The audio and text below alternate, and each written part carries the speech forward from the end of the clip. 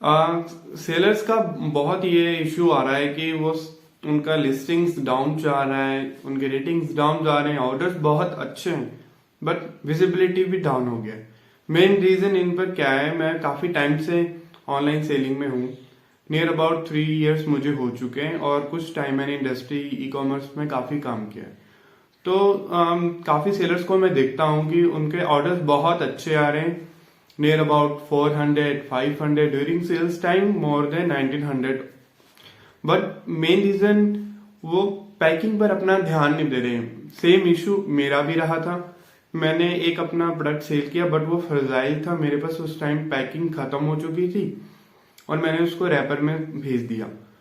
काफी इन्वेंट्री होने के कारण मेरा इन चीजों पर ध्यान नहीं गया और मेरा लिस्टिंग नियर अबाउट 3.5 3.2 और 2.8 पर आकर वो डीएक्टिवेट एंड ब्लॉक हो गया।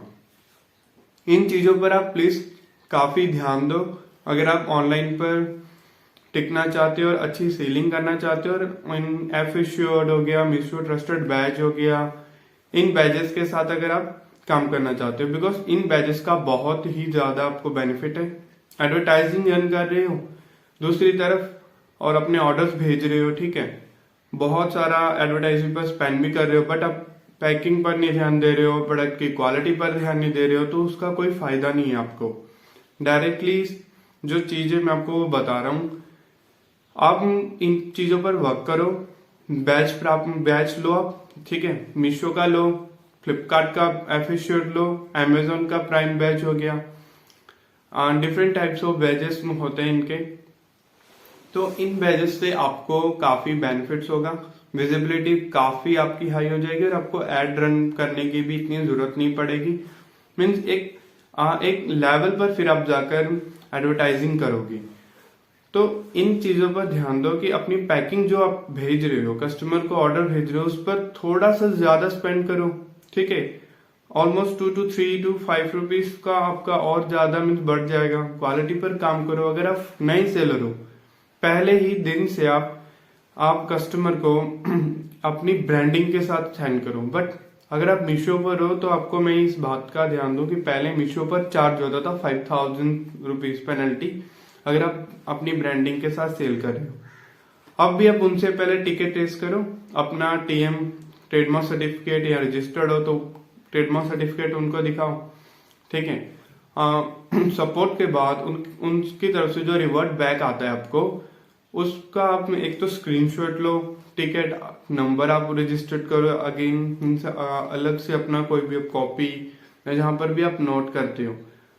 इन फ्यूचर अगर आपको कोई प्रॉब्लम आ रही है तो उनको आप दिखाने के लायक हो, ठीक है। स्क्रीनशॉट लो अपने पीसी का, जब स्क्रीन में जो आपका शो हो रहा है, तो इन पहले ही इन चीजों पर आपको वर्क करना होगा। अगर आप ऑर्डर्स ले रहे हो, आपको 300-400 जितने भी ऑर्डर्स आ रहे हैं, उसमें क्या होता है आपके कस्टमर्स को अच्छे भी डिलीवर हो रहे हैं, जैसे आप पैकिंग भेज रहे हो, सेफ्टी का इतना ध्यान नहीं दे रहे हो, तो नेगेटिव में कुछ अच्छी रेटिंग्स भी आ जाते तो कवर हो जाती, इसलिए हमें फील नहीं होता है, हमारा ऑर्डर चलता रहता है। सिस्टम होता है ये जो इन फ्लिपकार्ट अमेजोन ये सिस्टम बना हुआ है, तो वो सिस्टम फिर वहां पर ही कहीं रह जाता है और आपको आगे नहीं लगता, आपके ऑर्डर्स आते रहते हैं, आप रिमेन रहते हो, ठीक है। बट नहीं, अगर आप वर्क कर रहे हो, इतना हार्ड वर्क कर रहे हो, आपको एफिशिएंट भी लेना है, ठीक, गोल्ड सेलर भी बनना है आपको। अगर आप ब्रॉन्ज या सिल्वर में आओ, सिल्वर हो तो गोल्ड में आओ, इन चीजों पर वर्क करो कि आप डे बाय डे अपना जो सेलिंग का एक्सपीरियंस है, ठीक है, उसको जैसे गेन कर रहे हो, उसकी गेनिंग के साथ साथ अपने लेवल को भी अप करो।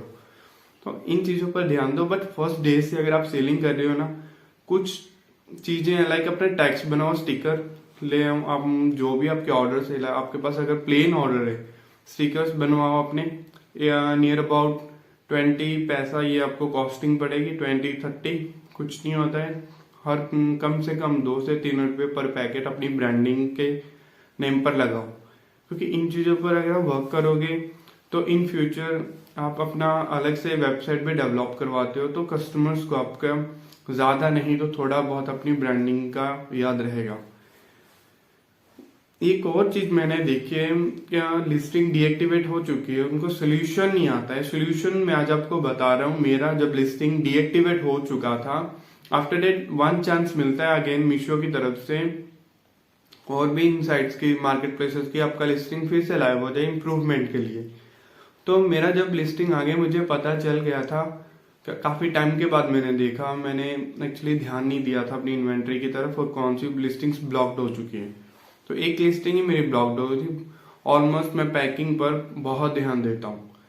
आफ्टर दैट मैंने फ्रीबीज प्रोवाइड करने लगे अपने कस्टमर्स को। फ्रीबीज मीन्स आप अपने कस्टमर्स को कुछ भी फ्री का प्रोडक्ट, ऐसा प्रोडक्ट प्रोवाइड करो उनको कि आपको वो लगे कि ये कस्टमर को 100% ही काम में आने वाला है। एट प्रेजेंट कोविड का टाइम है, अच्छी क्वालिटी के मास्क प्रोवाइड करो अपने कस्टमर्स को। सैनिटाइजर्स वगैरह मैं आपको प्रोवाइड करने के लिए नहीं कह रहा हूँ, इनके लिए डिफरेंट टाइप्स ऑफ लाइसेंस और अप्रूवल्स चाहिए होती है। आप अपने कस्टमर्स को सैनिटाइजर्स नहीं प्रोवाइड करने, मास्क, हाई क्वालिटी का मास्क प्रोवाइड करो। जहां से आप अपने प्रोडक्ट को मैन्युफैक्चर करवा रहे हो, होलसेल में लेकर आ रहे हो, उस मार्केट से ही आपको इजिली आपको उस मार्केट से मास्क हाई क्वालिटी के मिल जाएंगे। ज्यादा से ज्यादा 2 या 3 रुपए का कुछ प्रोडक्ट होता है हाई क्वालिटी का, 5 रुपए का लगा लो। मगर अगर आपकी लिस्टिंग ही डीएक्टिवेट हो गई है, कुछ अगर पैसे से आपका काम बन रहा है, आपकी लिस्टिंग फिर से एक्टिवेट हो रही है, एक्टिवेट होकर उसके फिर से रिव्यूज अप हो रहे हैं, तो आप ये करो।